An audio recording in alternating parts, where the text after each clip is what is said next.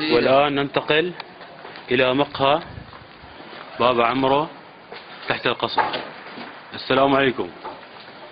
سلام. هلا. ونلتقي مع أحد الزبائن. تعرفنا حضرتك الله؟ معك الحاج أبو عدي. أهلا وسهلا حج أبو عدي. أهلين. شايفين هون أرجيلة غريبة الشكل، شو والله هاي أرجيلة صنعناها تحت القصف اليوم. تعرفنا والله شو كيف تشتغل وشو من شو بتتألف؟ هاي بتتألف من قذيفة هاون 280. اي. والراس والأصبي بتعرف أنت قذيفة هاون 80. وفي عندنا الراس اللي بنحط فيه المعسل، هذا راس قاعة قذيفة المدفعية. هلا راح نعلمكم على طريقة المعسل اللي بنحطه.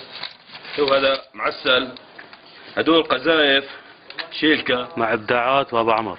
هاي قذايف شيلكة. اي. هدول شوي شظايا. هاي الشظايا اللي كانت طايرة هيك بالهواء هيك.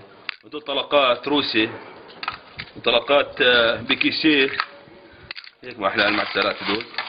شوف والله باليمن ما في عندنا معسل مثل هيك. بعدين بنحط ورقة قصدير عليهم تعرف مشان ما يحترق النفس، حرقوا انفاسنا. هاي مشان ما بيحترق النفس. شوف هلا كيف بدها تشتغل. وهاي نارة قذيفة هاون، هاي من صغير كثير معلش. شوف هلا هيك قذيفة الهاون.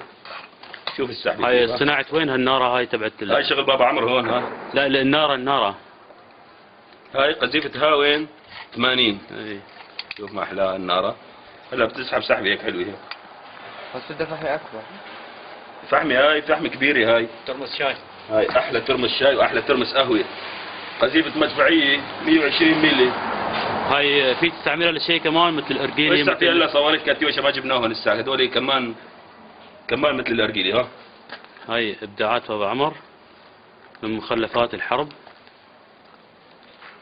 هاي أرجيلة. هاي أرجيلة سابقا قبل الثورة. هاي هلا قبل الثورة أرجيلتنا. هاي أرجيلة قبل الثورة، تعرفوا عليها أكيد الكل بيعرفها، بس هاي اختراع جديد من اختراعات بابا عمر. أحلى أرجيلة ليك، نفس حلو هيك على الشظايا على الشيلكة. الله يقويكم. هلا هلا هلا هلا هلا.